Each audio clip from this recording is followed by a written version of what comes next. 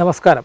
നേരത്തെ പലതവണ ഈ പങ്ക്തിയിൽ പറഞ്ഞിട്ടുള്ളൊരു വിഷയമാണ്. നമുക്ക് കേരളത്തിൽ ഒരു വർഷം 3 ലക്ഷം ലിറ്റർ മഴ പെയ്യുന്നുണ്ട് 1000 ചതുരശ്ര അടിയിൽ. അതായത് ഒരു ഇടത്തരം കെട്ടിടത്തിൻ്റെ അത്ര ഏരിയ, അത്ര സ്ഥലത്ത് 3 ലക്ഷം ലിറ്റർ വെള്ളം വീഴുന്നുണ്ട്. പക്ഷേ നമുക്ക് പലയിടത്തും വെള്ളം കുടിക്കാനില്ല, കുടിവെള്ളം കിട്ടാനില്ല, ആവശ്യത്തിന് വെള്ളം കിട്ടാനില്ല, കൃഷിക്ക് വെള്ളമില്ല. അപ്പോൾ ഈ വെള്ളമെല്ലാം ഒഴുകി പോവുകയാണ്. ഇതെല്ലാം പെയ്യുന്ന വെള്ളം കടലിൽ ചെന്ന് ചാടുന്ന ഒരവസ്ഥയാണ്. അപ്പോൾ ഇതിനെന്താ പരിഹാരം എന്നുള്ളതിനെക്കുറിച്ച് പറയുമ്പോൾ റെയിൻ വാട്ടർ ഹാർവെസ്റ്റിങ്ങിനെ കുറിച്ചൊക്കെ പറയുമ്പോൾ അതേക്കുറിച്ച് കൂടുതൽ പറയാമോ എന്ന് പലരും ചോദിച്ചിരുന്നു. പക്ഷേ അതിനുള്ളൊരു സാങ്കേതിക വിദഗ്ധ എനിക്കില്ല. ഇന്നിപ്പോൾ അതേക്കുറിച്ച് പറയാൻ പറ്റിയ ഒരാൾ നമ്മളോടൊപ്പം ഉണ്ട്, ശ്രീ മോഹൻകുമാർ സാറ്. അദ്ദേഹം നമ്മുടെ ലാൻഡ് യൂസ് ബോർഡിലെ ഹൈഡ്രോ-ജിയോളജിസ്റ്റ്, അതിലൊരു സ്പെഷ്യലിസ്റ്റ് ആയിരുന്നു ഈ ഭൂഗർഭ ജലം സംബന്ധമായ വിഷയങ്ങളിൽ. അതുകൂടാതെ കഴിഞ്ഞ 25-30 വർഷമായിട്ട് അദ്ദേഹം റിട്ടയർ ചെയ്ത ശേഷം 25 വർഷമായിട്ട് അദ്ദേഹം ഒരു NGO നടത്തിക്കൊണ്ടിരിക്കുകയാണ്. ആ NGOയുടെ പ്രധാന ഇത് കേരളത്തിൽ ഈ ജലസംരക്ഷണ പ്രവർത്തനങ്ങളും ഇപ്പോൾ വന സംരക്ഷണ പ്രവർത്തനങ്ങളൊക്കെയാണ്. അത് ഒരുപാട് എക്സ്പീരിയൻസ് ഈ മേഖലയിൽ അദ്ദേഹത്തിനുണ്ട്. അപ്പോൾ അദ്ദേഹത്തിൻ്റെ ആ പരിചയസമ്പത്ത്, അനുഭവ സമ്പത്ത് ഉപയോഗിച്ച് നമുക്കും എങ്ങനെ ജലസംരക്ഷണം നമ്മുടെ കോമ്പൗണ്ടുകളിൽ നടത്താം എന്നുള്ളതാണ് നമ്മൾ നോക്കുന്നത്. സാർ നമസ്കാരം. നമസ്കാരം സാർ, നമ്മൾ ഈ റെയിൻ വാട്ടർ ഹാർവെസ്റ്റിങ് കേരളത്തിലുള്ള ആളുകളുടെ ഈ മഴവെള്ള കൊയ്ത്ത്, ഞാനും എൻ്റെ വീടിൻ്റെ പുറകിലൊരു ചെറിയ കുഴി കുഴിച്ചിട്ടുണ്ട് മഴവെള്ളം പിടിക്കാനായിട്ട്. നേരത്തെ വീട് വെക്കുന്ന സമയത്ത് അന്ന് അതുണ്ടെങ്കിൽ മാത്രമേ സർക്കാർ അനുമതി തരുള്ളൂ.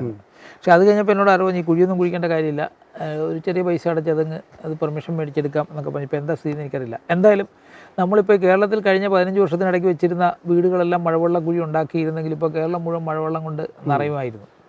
അപ്പോൾ മഴവെള്ളം സത്യം ഉപയോഗിക്കാൻ നമുക്ക് സാധിക്കുന്നില്ല എന്നാണ് തോന്നുന്നത്, അല്ലേ? ഹരി പറഞ്ഞത് ശരിയാണ്. നമുക്കിവിടെ കേരളത്തിൽ 3000 മില്ലിമീറ്റർ മഴ ലഭിക്കുന്നുണ്ട്.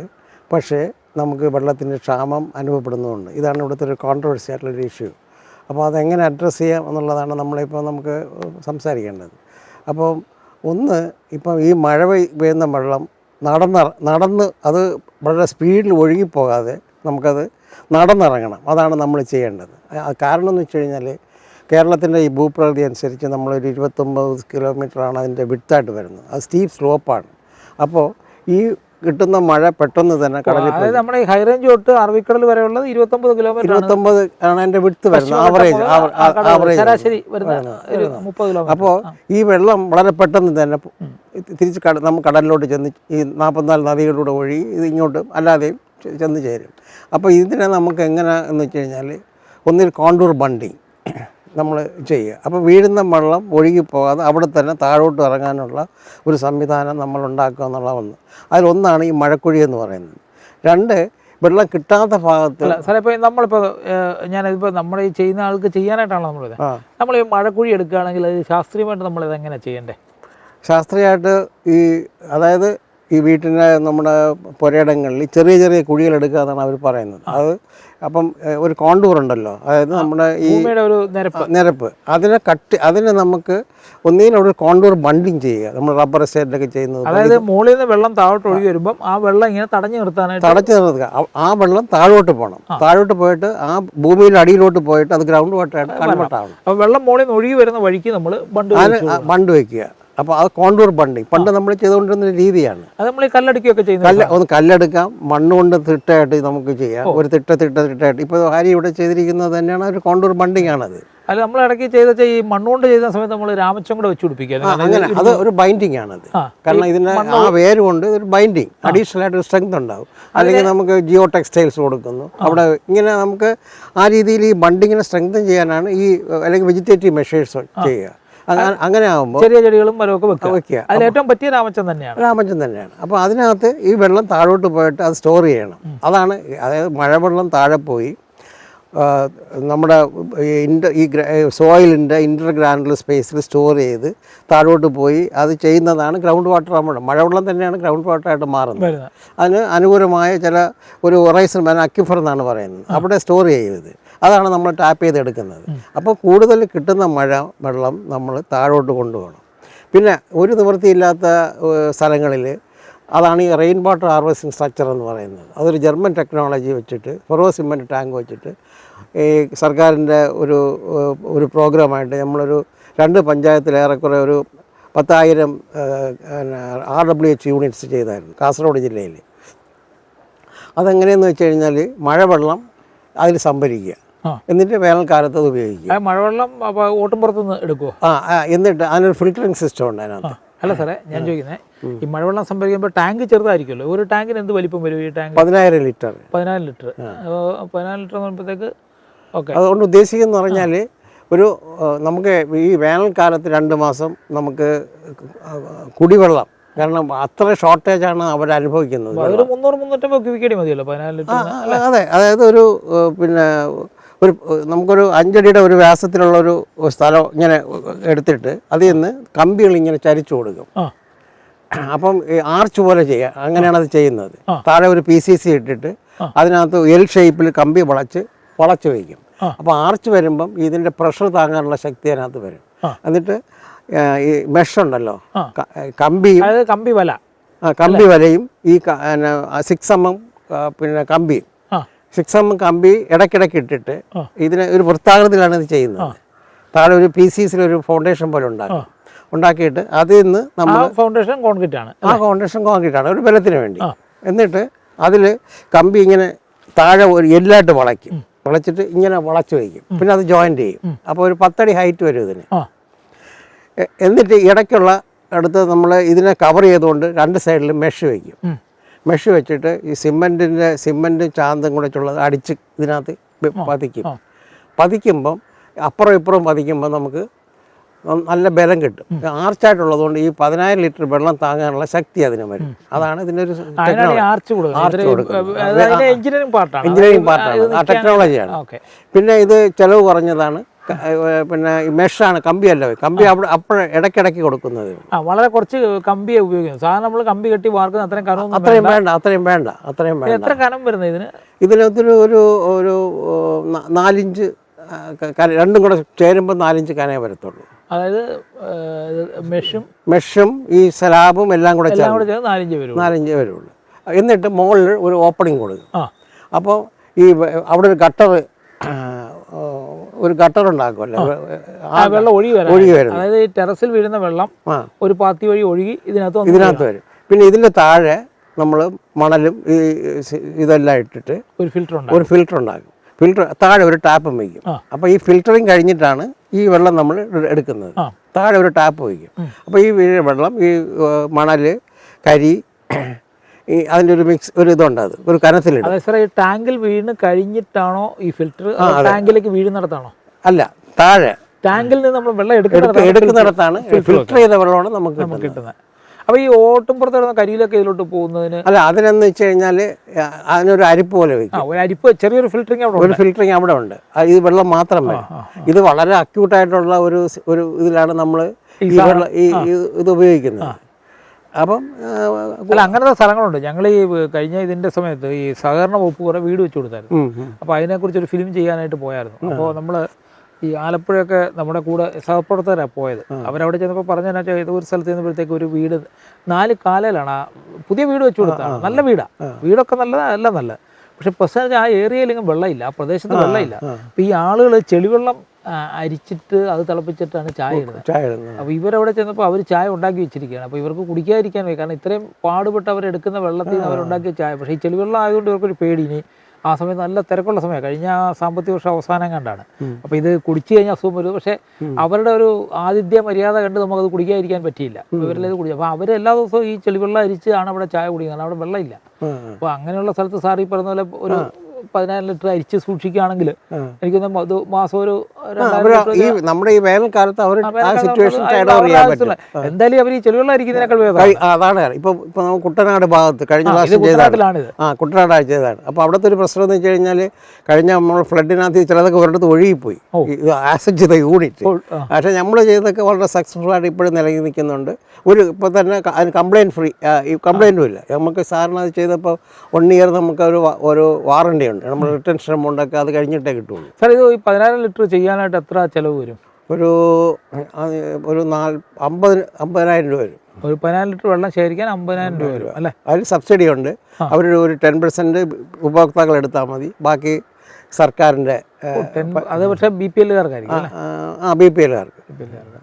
എന്നാലും നല്ലതല്ലേ ഒരു ചെറിയ എമൗണ്ട് അവരെടുത്ത് ബാക്കി ഗവൺമെൻറ്റിൻ്റെ ഇതിലാണ് അത് ചെയ്യുന്നത്. അല്ല, ഞാൻ ആലോചിച്ചതല്ല, ഇപ്പോൾ സാധാരണ ഈ ഇടത്തരം ആളുകൾക്ക് അവരുടെ വീട്ടിൽ ഇങ്ങനെ ഒരു 14 ലിറ്റർ ശേഖരിക്കണമെങ്കിൽ ഇപ്പോഴത്തെ നമ്മുടെ ഈ വില, അല്ല അതിപ്പോൾ ഇടത്തരം ആൾക്കാർക്കും ഇത് സബ്സിഡി കിട്ടും ചെയ്യാനാണ്. അത് 10,000 ലിറ്ററിൻ്റെ ഒരു ടാങ്ക് ഉണ്ടെങ്കിൽ നമുക്ക് 2-3 പ്രാവശ്യം നിറയാനും സാധ്യതയുണ്ട് അല്ലേ? അല്ലാതെ അപ്പോൾ സാധാരണ ഇതെന്ന് വെച്ച് കഴിഞ്ഞാൽ ഒറ്റ പ്രാവശ്യം നിറച്ച് കഴിഞ്ഞാൽ, കാരണം ഇവർ മഴക്കാലത്ത് വലിയ യൂസേജ് വരില്ല അവർക്ക് വെള്ളം.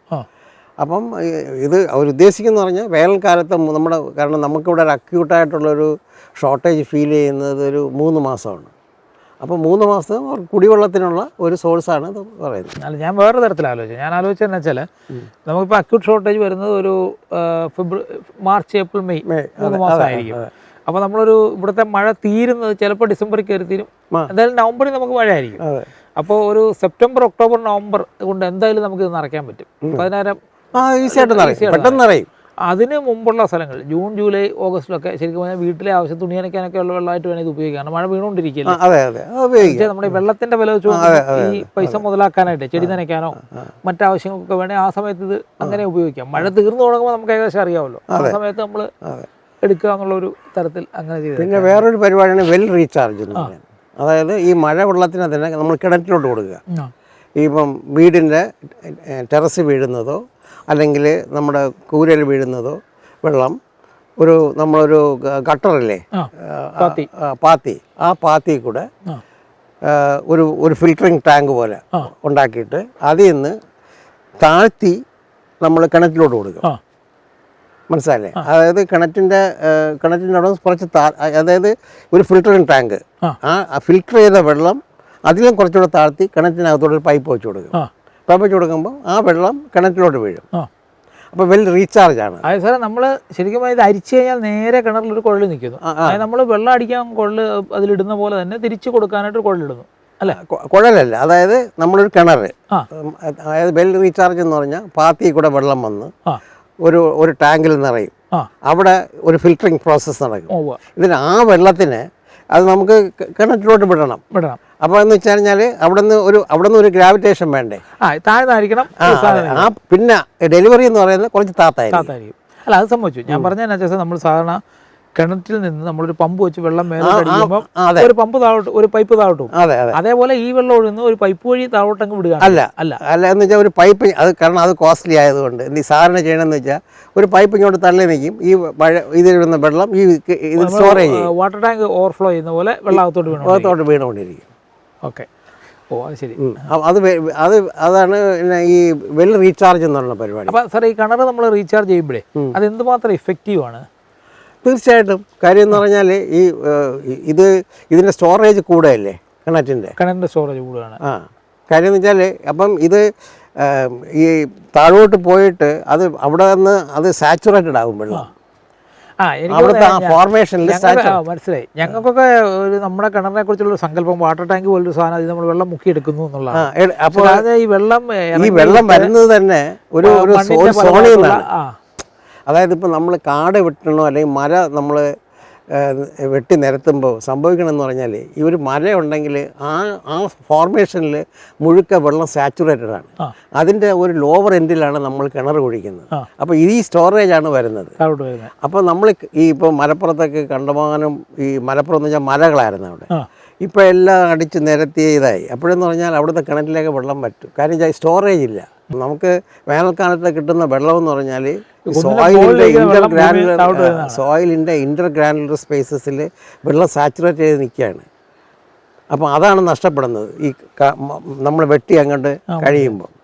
പിന്നെ ചെടികൾ നടുമ്പോഴുള്ള ഒരു പ്രത്യേകത എന്ന് വെച്ച് കഴിഞ്ഞാൽ വെള്ളം ഓടിപ്പോകല്ല, വെള്ളം നടന്ന് ട്രിക്കിൾ ചെയ്ത് താഴോട്ട് പോയിട്ട് സാച്ചുറേറ്റഡ് ആണ്. അതാണ് ഈ കാട് വെച്ച് പിടിപ്പിക്കണം, മരം വെട്ടരുത്, അല്ലെങ്കിൽ നമ്മുടെ മലകളെ വെട്ടി നിരത്തരുതെന്ന് പറയുന്നതിൻ്റെ ഒരു പൊരുളെന്ന് പറഞ്ഞാൽ നമ്മുടെ വെള്ളം നമുക്കൊരു വലിയൊരു ഷോർട്ടേജായിട്ട് വരും. പിന്നെ അത് സ്റ്റോറേജ് ഇല്ല. ഒരു കുന്നുണ്ടെങ്കിൽ ആ കുന്നിൻ്റെ അവിടെ കംപ്ലീറ്റ് വെള്ളം സ്റ്റോർ ചെയ്യുകയാണ് ചെയ്യുന്നത്. അതാണ് നമുക്ക് അതാണ് നമ്മളിപ്പോൾ ഒരു കുന്ന് കഴിഞ്ഞ് കഴിഞ്ഞാൽ നമുക്കൊരു ഒരു വാലിയാണ്. ആ വാലിയിലാണ് നമുക്ക് കിണറുകളിലൂടെ കിട്ടുന്നത്, അല്ലെങ്കിൽ അതിൻ്റെ സൈഡ് സ്ലോപ്പിൽ. ഈ വെള്ളമെന്ന് പറഞ്ഞാൽ ഈ കുന്നിൽ ശേഖരിച്ച് വെച്ചിരിക്കുന്ന, മഴക്കാലത്ത് നമ്മൾ ശേഖരിച്ചിരിക്കുന്ന വെള്ളമാണ് നമുക്ക് എല്ലാ സീസണിലും വെള്ളം കിട്ടുന്നത്. വീണ്ടും മഴ വരുമ്പം ഈ കുന്നിൽ വെള്ളം റീചാർജ് ആകും. ഇത് എനിക്കൊരു പുതിയ അറിവാണ്, ഞാനിത് ഇങ്ങനെ ആലോചിച്ചിട്ടില്ല സാറി പറയുന്ന. കാരണം വെച്ചാൽ നമ്മളൊക്കെ ആലോചിക്കുന്ന വെച്ചാൽ മഴ പെയ്യുമ്പോൾ പാടത്തു നിന്ന് വെള്ളം ഇറങ്ങി ആ വെള്ളം അവിടെ കിടക്കുന്നു, അത് അല്ല, ഈ കുന്നുകളിൽ ഇത് സോയിൽ സാച്ചുറേറ്റ് ചെയ്തിട്ടാണ് ആ വെള്ളം പയ്യെ പയ്യെ. അപ്പോൾ നമ്മൾ നോക്കിക്കഴിഞ്ഞാൽ നമ്മളൊരു കുന്നിൻ്റെ ഏറ്റവും താഴത്തെ അവിടെ നമ്മളൊരു വെല്ല് ഒഴിക്കുകയാണെങ്കിൽ ഈ ഊറ്റുകൾ പലയിടത്തുനിന്ന് വരാം. അത് മേജർ ഊറ്റ് വരുന്നത്, ഊറ്റെന്ന് പറഞ്ഞാൽ ഈ വെള്ളം ഒഴുകി വരുന്ന സ്ഥലം അത് ഈ കുന്നിൻ്റെ ആ സൈഡിൽ നിന്നായിരിക്കും. സാറേ ഈ കൂട്ടത്തിൽ എനിക്കൊരു സംശയമുണ്ട്. ഞാൻ ഇന്നലെ ഒന്ന് രണ്ട് ലേഖനങ്ങൾ ഇങ്ങനെ വായിച്ചപ്പോൾ ഒരു ഇത് കണ്ട്, ഈ കാടുള്ള സ്ഥലങ്ങളിൽ മരങ്ങൾ വെള്ളം എടുക്കുന്നത് കൊണ്ട് ഗ്രൗണ്ട് വാട്ടറിൻ്റെ, അതായത് ഭൂഗർഭജലത്തിൻ്റെ അളവ് കുറയുന്നൊരു പഠനം കണ്ടു. അത് പല തിരിച്ചും മറിച്ചുമൊക്കെ പറയുന്നുണ്ട്. ഒരു പഠനത്തിൽ പറയുന്നതെന്ന് വെച്ച് കഴിഞ്ഞാൽ തണ്ണീർത്തടങ്ങളോളം വെള്ളം നിർത്തുകയെന്നേ ഉള്ളൂ, പക്ഷേ അവിടെ വെള്ളം ഇച്ചിരി കുറവെങ്കിലും വെള്ളം ഉണ്ടാകും. കാരണം ഈ വെള്ളം മുഴുവൻ മണ്ണിലേക്ക് ഇറങ്ങാനായിട്ട് കാട് സഹായിക്കും. പിന്നെ മണ്ണിൻ്റെ അവിടുത്തെ ഘടന തന്നെ നനവ് കൂടുതലുള്ളതായിരിക്കും. അപ്പോൾ അങ്ങനെ കുറച്ച് വെള്ളം പോകാനൊക്കെ ഉള്ള സാധ്യതയുണ്ട്. പിന്നെ ചെടികളെടുത്ത് ഈർപ്പം പുറത്തേക്ക് വിടുമ്പോൾ, പക്ഷേ അത് പുറത്തേക്ക് വിടുമ്പോഴാണ് നമുക്ക് ഫലത്തിലൊരു എയർ കണ്ടീഷണറിൻ്റെ അനുഭവം കിട്ടുന്നത്. ഈ ചെടികൾ ഇത് പുറത്തേക്ക് വിടുന്നതുകൊണ്ടാണ്. അതിന് വേറെ ഒരുപാട് പ്രയോജനമുണ്ട് എന്ന് കണ്ടു. അപ്പോൾ അതിനെക്കുറിച്ച് സാധനം എന്തോ? അതായത് ഈ റബ്ബറിൻ്റെ കേസിനകത്ത് ചില സ്റ്റഡീസ് ഇങ്ങനെ പറയുന്നുണ്ട്. അതായത് നമുക്ക് പാലാറ്റാണല്ലോ തരുന്നത്, വെള്ളം കൂടുതൽ അത് വലിച്ചെടുക്കും അതിൻ്റെ വേരുകൾ. മരത്തിൻ്റെ വെള്ളം നമ്മളിങ്ങോട്ട് എടുത്തുകൊണ്ടിരിക്കുന്നുണ്ട്, അടിയിൽ നിന്ന് വെള്ളം വന്ന് ടാപ്പ്. അപ്പോൾ അത് കാരണം അത് കൂടുതൽ ഇത് വെള്ളം, കാരണം അതൊരു പാലായിട്ടല്ലേ നമുക്ക് കിട്ടുന്നത്. അങ്ങനെ ഒരു പലയിടത്തും ഇങ്ങനെ ഒരു സ്റ്റഡി ഞാനും കേട്ടിട്ടുണ്ട്. പക്ഷേ മറ്റ് സ്ഥലങ്ങളിൽ നമ്മൾ എടുക്കുന്ന വെള്ളവും കിട്ടുന്ന വെള്ളം, കാരണം വെള്ളം നഷ്ടപ്പെടുന്നില്ല അവിടെ കിട്ടുന്ന. ഇപ്പോൾ നമ്മൾ 3000 മില്ലിമീറ്റർ മഴ പെയ്യുമ്പം ഈ കാടിനകത്ത് ഒന്നാണ്ട് ഒരു ലെയർ കംപ്ലീറ്റ് ഇലകളിങ്ങനെ വീണ് കിടക്കുകയാണ്. അപ്പോൾ ഈ വെള്ളം എന്ന് പറഞ്ഞു കഴിഞ്ഞാൽ ഒലിച്ചങ്ങ് പോയല്ല ചെയ്യുന്നത്, പിന്നെ ഇതിൻ്റെ മരങ്ങൾ അടുത്തടുത്ത് നിൽക്കുന്നുണ്ട്. അപ്പോൾ കാട്ടിനകത്ത് നമുക്ക് കിട്ടുന്ന അങ്ങനെ ഇതെടുത്താൽ തന്നെയും മരങ്ങൾ അതിൻ്റെ കുറച്ച് വെള്ളം അബ്സോർവ് ചെയ്താൽ തന്നെയും നമുക്ക് സർപ്ലസാണ് വരുന്നത്. ഈ നമ്മുടെ എടുക്കുന്നതും കിട്ടുന്നതുമായിട്ട് കൂടുമ്പോൾ നമുക്ക് കൂടുതൽ പ്രയോജനമാണ്. അവർ അങ്ങനെയല്ല പറഞ്ഞത്. അവർ പറഞ്ഞാൽ ഇത്രേ ഉള്ളൂ, കാട് നിർത്തുന്നതിനോടൊപ്പം തന്നെ പുൽമേടുകൾ കൂടെ നിർത്തണം എന്നാണ് പറഞ്ഞത്. അങ്ങനെ പുൽമേടുകൾക്ക് ഈ പ്രശ്നമില്ല. അതെ, അത് അത്രയും വെള്ളം എടുക്കത്തില്ല. അപ്പോൾ അതുകൊണ്ട് നിങ്ങൾ എല്ലാ നേച്ചർ അങ്ങനെയാണല്ലോ. നേച്ചർ വരുമ്പോഴത്തേക്ക് നേച്ചർ, അതായത് കാടിനടുത്ത് ഒരു പുൽമേട് കാണും, ഒരു വാലി കാണും, ആ സാധനങ്ങളൊക്കെ അങ്ങനെ തന്നെ നിലനിർത്തണം. അതെ, അപ്പോൾ ഇതാണ് അതിനകത്തുള്ളൊരു ഇത്. കാരണം അത് നമുക്ക് കിട്ടുന്ന വെള്ളം കൂടുതലും ഇത് വലിച്ചെടുക്കുന്ന വെള്ളം കുറവുമാണ്. അപ്പം നമുക്ക് തീർച്ചയായിട്ടും എക്സസ് ആണ് നമുക്ക് കിട്ടുന്നത്. അല്ലാതെ ഈ വാട്ടർ ടാങ്കിൻ്റെ നമുക്കിപ്പോൾ ഈ എപ്പിസോഡ് വിടും. അപ്പോൾ അത് ആരെങ്കിലും ഇതിനെക്കുറിച്ച് എന്തെങ്കിലും കൂടുതൽ സംശയം ചോദിക്കുകയാണെങ്കിൽ സാർ അവർക്ക് ഒരു ഗൈഡൻസ് കൊടുക്കാമല്ലോ. അപ്പോൾ നമ്മൾ സംസാരിച്ച ശ്രീ മോഹൻകുമാർ സാറുമായിട്ട് ആണ്. അദ്ദേഹം ഈ പറഞ്ഞ ഇപ്പോൾ കഴിഞ്ഞ 30 വർഷമായിട്ടൊരു NGO നടത്തിക്കൊണ്ടിരിക്കുകയാണ് ഈ സർവീസിൽ നിന്ന് റിട്ടയർ ചെയ്തതിന് ശേഷം. അപ്പോൾ അതങ്ങനെ ഒരു വലിയ സാമ്പത്തിക കണ്ണോടെ നടന്നൊരു NGO അല്ല, അത് കൂടുതലൊരു സാമൂഹ്യ പ്രതിബദ്ധതയോടെ നടത്തുന്ന ഒരു NGO ആയിട്ടാണ് എനിക്ക് തോന്നിയത്. ഞങ്ങൾ പലതവണ അദ്ദേഹമായിട്ട് അസോസിയേറ്റ് ചെയ്യും. അപ്പോൾ പല കാര്യങ്ങളിലും നമുക്ക് അദ്ദേഹത്തിൻ്റെ ഒരു സഹായം കിട്ടുകയും ചെയ്തു. അപ്പോൾ അതുകൊണ്ടാണ് അദ്ദേഹത്തെ പരിചയപ്പെടുന്നത്. നിങ്ങൾക്ക് ആർക്കെങ്കിലും ഈ വീട്ടിൽ എങ്ങനെ നമ്മൾ ഈ ജലസംഭരണികൾ സ്ഥാപിച്ച് മഴവെള്ളം സംഭരിക്കണം, അല്ലെങ്കിൽ ഭൂഗർഭജലം എങ്ങനെ റീചാർജ് ചെയ്യണം, കിണർ എങ്ങനെ റീചാർജ് ചെയ്യണം, ഇതിലൊക്കെ നിങ്ങൾക്ക് എന്തെങ്കിലും സംശയങ്ങളുണ്ടെങ്കിൽ ചോദിക്കുക. നമുക്ക് അദ്ദേഹത്തിനോട് തന്നെ അത് ചോദിച്ച് മറുപടി മേടിച്ച് തരാൻ പറ്റും. ഇത് സ്വന്തം ചെയ്യാനായിട്ടാണെങ്കിലും സംശയങ്ങൾ ദൂരീകരിക്കാനും ഒക്കെ ആയിട്ട് വേണ്ട ഉപദേശങ്ങൾ അദ്ദേഹത്തിൽ നിന്ന് കിട്ടും. അദ്ദേഹത്തോട് നമുക്ക് ചോദിച്ചുകൊണ്ട് നമുക്ക് കേരളത്തിലെ ജലനിരപ്പ് ഉയർത്തുക എന്നുള്ള നമ്മുടെ എല്ലാ ആവശ്യമാണ്. ഇല്ലെങ്കിൽ നമുക്ക് ആർക്കും ഈ ഭൂമി ജീവിക്കാൻ ഒക്കില്ല. അപ്പോൾ അതെല്ലാം നമ്മുടെ എല്ലാം ഒരു പൊതുവായ ഒരു പ്രവർത്തനമാണ്. അതിന് അദ്ദേഹത്തിൻ്റെ സഹായ സഹകരണങ്ങൾ നമുക്ക് പ്രതീക്ഷിക്കാം.